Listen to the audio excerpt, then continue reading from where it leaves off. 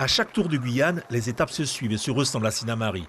Et en s'imposant au sprint ce midi au terme de la troisième étape, Guillaume Gaboriau du Paris Cyclisme Olympique n'a pas dérogé à la tradition. Un peloton qui va très tôt s'investir dans la course, car dès les premiers kilomètres, les attaques surgissent, sans grand danger toutefois pour le maillot jaune Larry Lutin bien calé au sein du peloton. Mais la grosse offensive intervient juste avant le pont du Tour de l'Île. 4 coureurs parviennent à prendre le large, les Guyanais Teddy Octavia et William Doxin, l'Allemand Peter Foster et l'ancien maillot jaune l'Écossais Wilson Renwick, un quator qui va avoir jusqu'à 1 minute 35 d'avance sur le peloton maillot jaune. 3 autres coureurs intègrent l'échappée à l'entame du 50e kilomètre, parmi lesquels le Martiniquais Michael Laurent et surtout le porteur du maillot rouge des points chauds, le Néerlandais Sam van de Meerup, qui à ce moment précis de la course est virtuellement maillot jaune.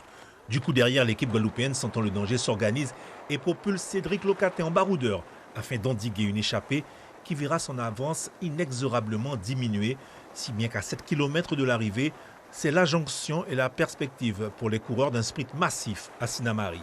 La suite, on la connaît, Guillaume Gaboriau du Paris Cyclisme Olympique est le plus rapide, il devance Quentin Bernard et l'Allemand Hermann Keller.